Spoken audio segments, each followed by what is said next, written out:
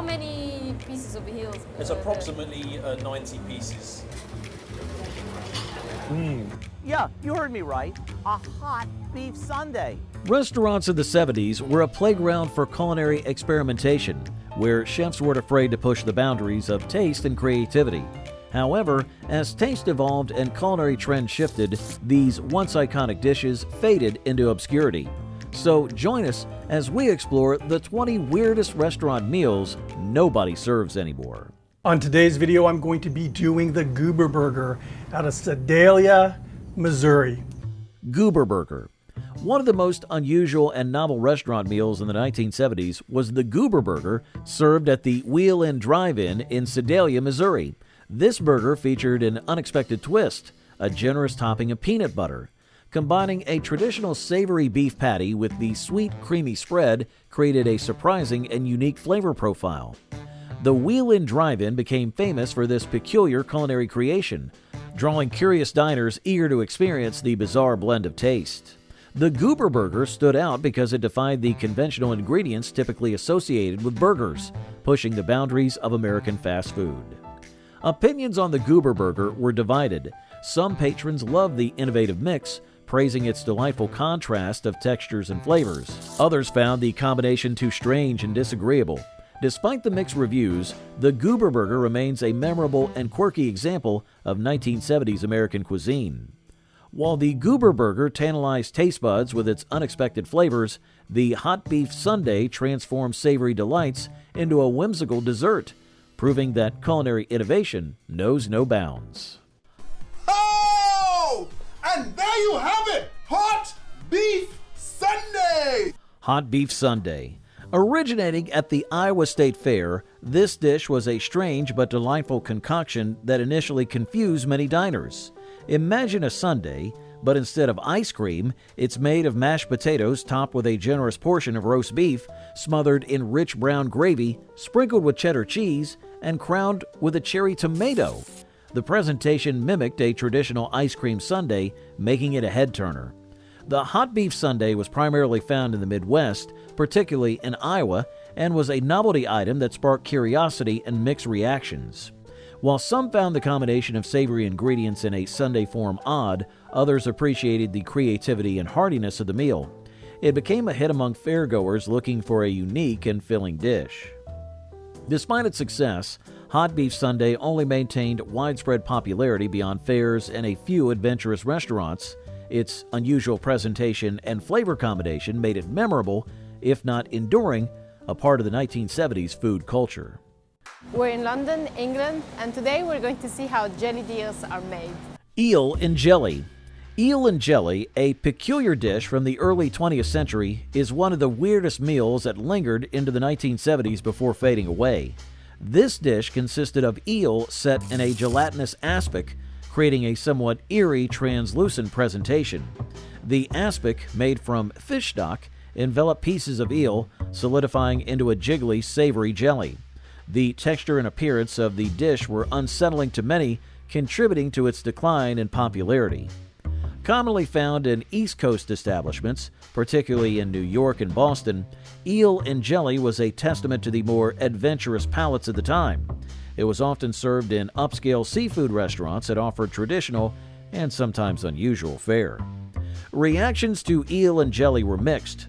While some appreciated its unique texture and rich flavor, others were put off by the gelatinous consistency and the sight of an eel suspended in jelly.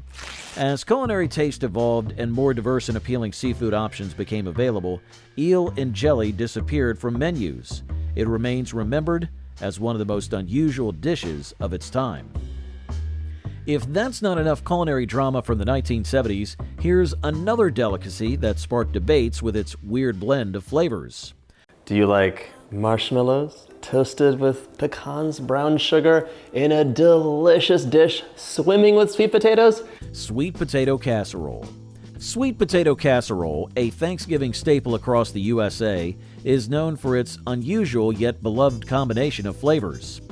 This dish features mashed sweet potatoes mixed with sugar and spices, topped with a layer of marshmallows that melt into a gooey golden brown crust. The contrast between the creamy, slightly spiced sweet potatoes and the sweet toasted marshmallows makes it a memorable dish.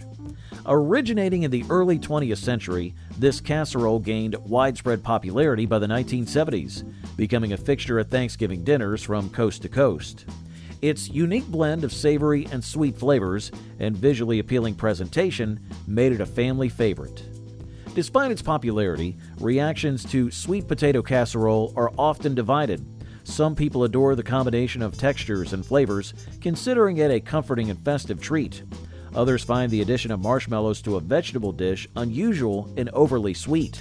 However, its enduring presence on Thanksgiving tables across America speaks to its widespread appeal and unique place in holiday traditions. These are dill pickles that are soaking in a solution of Kool-Aid. So these are Kool-Aid pickles, also known as Koolickles. Koolickles. Koolickles were among the most unusual and novel snacks in the 1970s. This peculiar treat involved soaking pickles in Kool-Aid, resulting in a vibrant, sweet, and tangy twist on the traditional pickle. Originating in parts of Mississippi, Koolickles quickly became a local curiosity, captivating taste buds with their unexpected flavor combination and striking appearance. Koolickles were typically made by submerging dill pickles in a mixture of Kool-Aid and sugar, allowing them to absorb the colorful fruity flavors over several days. The result was a bright red, blue, or green pickle with a sweet exterior and a tangy, salty interior, a flavor profile that puzzled and delighted the taste buds. This quirky creation was mainly famous in the South and was often sold at local fairs, convenience stores, and roadside stands. While some people found the flavor combination bizarre and off-putting, others enjoyed the novelty and the surprising harmony of sweet and savory. Moving past the culinary missteps of Koolickles, let's explore the world of chicken and waffles, a flavor profile that lured celebrities and locals alike. Today, I'm going to show you one of my all-time favorites, chicken and waffles. Chicken and waffles. Another unusual and beloved restaurant meal of the 1970s was chicken and waffles, served at Roscoe's House of Chicken and Waffles in Los Angeles. This dish combined fried chicken's crispy, savory goodness with the waffles' soft, sweet flavor, creating a unique, delicious experience that left a lasting impression on diners. Roscoe's House of Chicken and Waffles opened in 1975 and quickly became a cultural icon, drawing celebrities and locals alike. The combination of fried chicken and waffles might initially seem odd, but the contrasting flavors and textures work surprisingly well. The sweetness of the waffles complemented the salty, crunchy fried chicken, while syrup and butter added an extra layer of delicious complexity. The dish was met with widespread acclaim and quickly became a staple at Roscoe's, symbolizing Los Angeles' inventive and eclectic food scene. Its popularity spread to other parts of the United States, inspiring many restaurants to offer their versions. Our shredded chipotle beef, followed by a sprinkle of cheddar cheese, which of course is classic when talking about a walking taco. Walking taco. This peculiar dish was a hit in California and involved a unique twist on traditional tacos. Instead of the usual taco shell or tortilla, the base of this meal was an individual-sized bag of Fritos. The bag was cut open, and the Fritos were topped with a generous helping of chili, melted cheese, sour cream, and jalapenos. The idea was to create a portable, mess-free taco experience that could be eaten on the go, hence the name Walking Taco. The Walking Taco was sold in various casual eateries and food stands across California. It was trendy fairs, festivals, and sporting events where convenience was vital. This dish stood out due to its unconventional presentation and the novelty of eating directly from a snack bag. While some people found it fun and innovative to enjoy a new twist on the taco, others were more resistant to change, deeming it too gimmicky and preferring their tacos in the traditional form. If you thought Walking Taco and its savory ingredients were a culinary roller coaster, let's spotlight Banana Candle Salad, a convenient yet criticized sensation in the 1970s. Okay, there we have it. A nice little salad for lunch, and I'm sure the children will love it. Banana Candle Salad. One of the most bizarre and now rarely seen restaurant meals in the 1970s is the banana candle salad. This vintage fruit salad was a unique creation popularized in America from the 1920s to the 1960s. What makes this dish so peculiar is its presentation, designed to resemble a lit candle. Restaurants across the United States, especially those specializing in classic American cuisine or diners, served the banana candle salad. Its assembly was quite theatrical. A base of lettuce leaves formed the candlestick, topped with pineapple rings stacked to create a holder for a peeled banana representing the candle. Whipped cream or mayonnaise could mimic melted wax, and a cherry acted as the flame. Opinions on the banana candle salad were mixed. Some diners enjoyed its whimsical presentation and combination of sweet and savory flavors, finding it a playful addition to their meal. Others, however, found mixing fruit with mayonnaise or cottage cheese unappealing, leading to a dislike for this quirky dish. And there you go, guys, chitlins and hog mugs for Thanksgiving. Chitlins or chitterlings. This dish, primarily served in southern restaurants, consisted of pig intestines that were either slow-cooked or fried. What made chitlins so unusual and novel was their preparation and robust flavor, which some people found quite intense. Restaurants across the southern United States, particularly those specializing in southern cuisine, often featured chitlins on their menus. However, this dish was only sometimes liked. Its solid, distinct taste and its use of pig intestines made it a polarizing choice. While some people enjoyed chitlins' unique flavor and texture, others found them too overpowering or unappealing. Over time, the popularity of chitlins in restaurant menus has declined significantly. Today, you're likely to find few restaurants serving this once controversial dish, especially outside southern regions. Nonetheless, for those seeking out culinary oddities from the past, perfection salad is a fascinating part of culinary history. Time to sample my perfection salad. Perfection salad.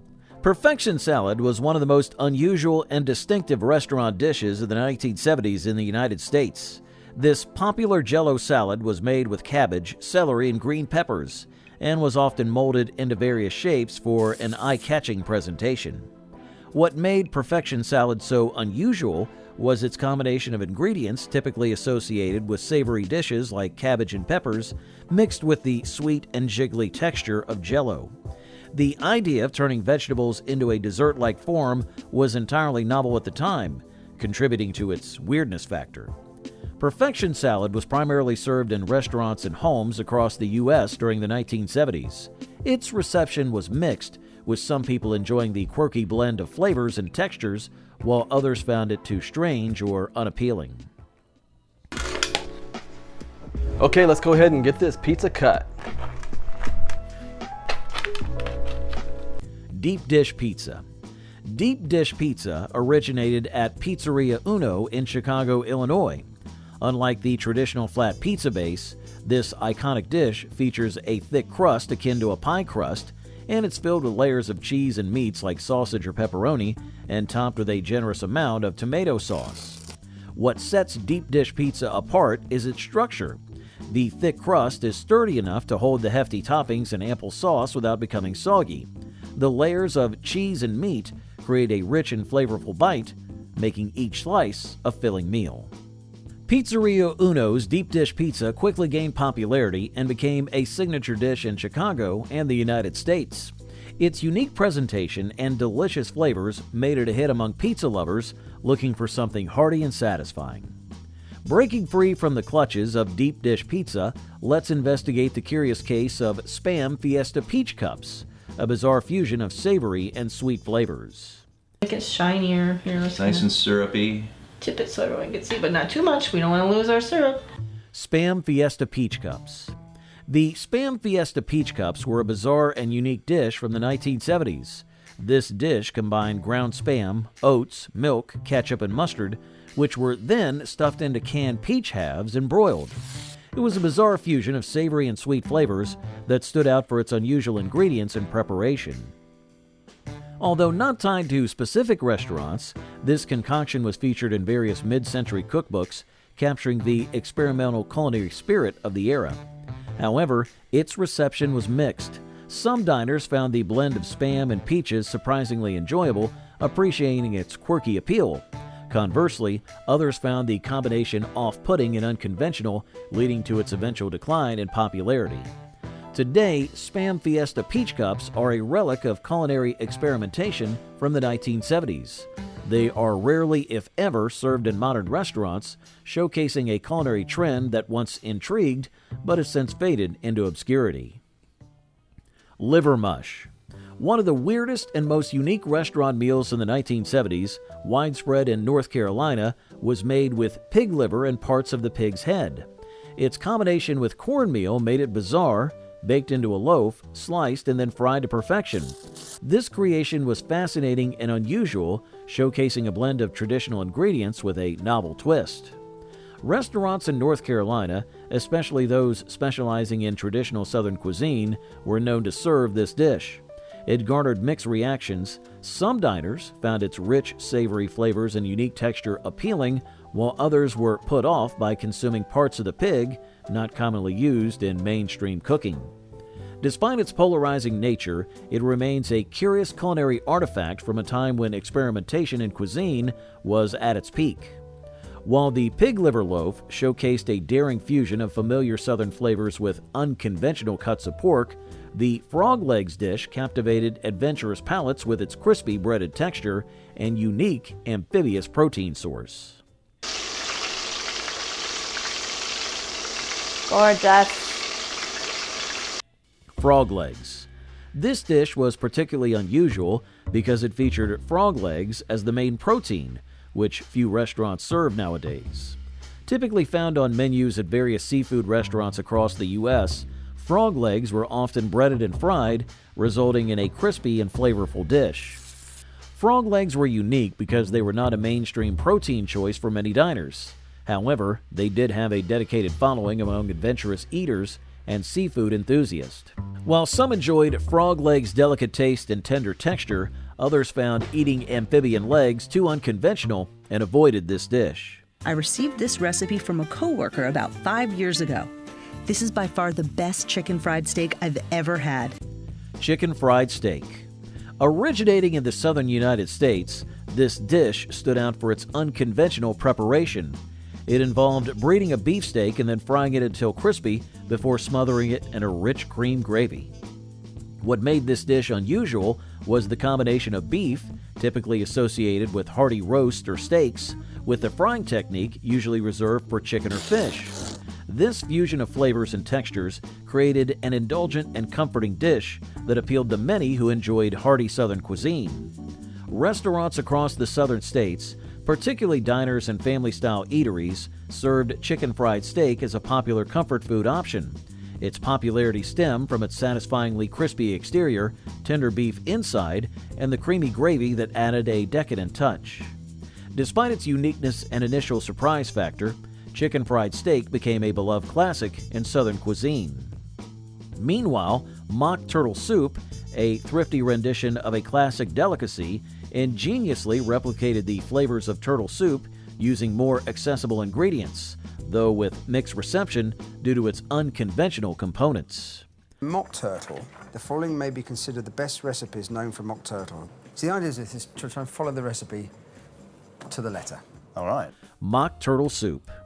Another weird restaurant meal served in the 1970s was mock turtle soup. This dish was a cheaper alternative to traditional turtle soup, popular in the late 19th and early 20th centuries.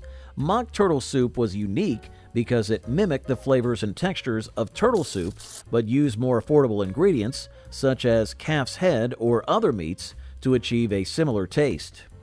During the 1970s, mock turtle soup was still occasionally served in restaurants across the U.S., particularly in regions with a tradition of serving hearty soups and stews. However, its popularity has significantly declined compared to its heyday in previous decades. This dish was liked and disliked depending on individual taste and cultural backgrounds. Some diners enjoyed its rich, savory flavors reminiscent of traditional turtle soup, while others found its concept of using a calf's head or unconventional ingredients off-putting.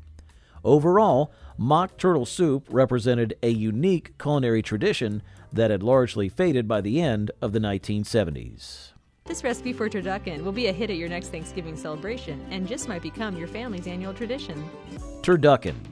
Turducken is a complex and unique dish that gained popularity in specialty restaurants, particularly in the late 20th and early 21st centuries. It involves a chicken stuffed inside a duck, then stuffed inside a turkey, creating layers of different meats and flavors. The creation of turducken requires skill and precision to debone each bird while keeping them intact, then layering them with stuffing between each layer. This results in a dish that combines the chicken's juicy tenderness, the duck's richness, and the turkey's size and flavor, making it a feast-worthy centerpiece for special occasions like Thanksgiving or Christmas.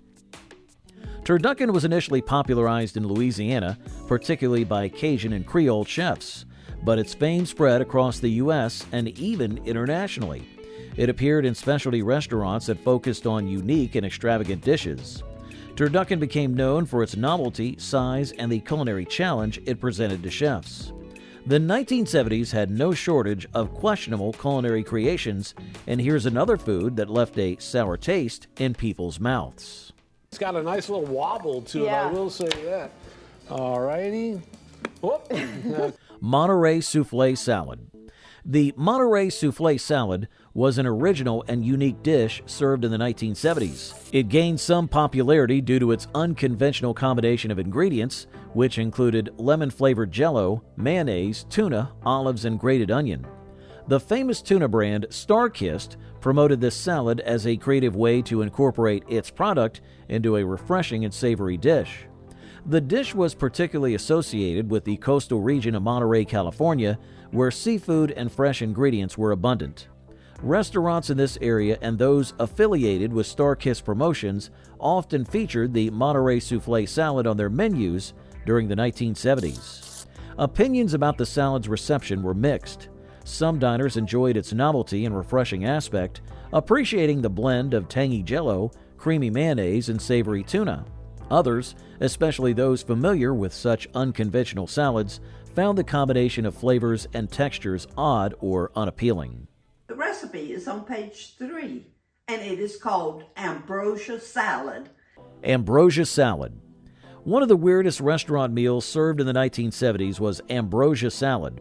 This dish was bizarre and unique because it combined marshmallows, sour cream, and canned fruits like mandarin oranges and pineapple. It was a sweet yet tangy concoction that seemed more like a dessert than a salad, challenging traditional notions of what a salad should be. Ambrosia salad was commonly found at mid-century restaurants across the U.S., especially in southern states where it gained popularity. It was also a staple at family gatherings, particularly during holidays and special occasions. Some people enjoyed the sweet and creamy flavors mixed with the fruit, while others found it too rich or unconventional for a salad.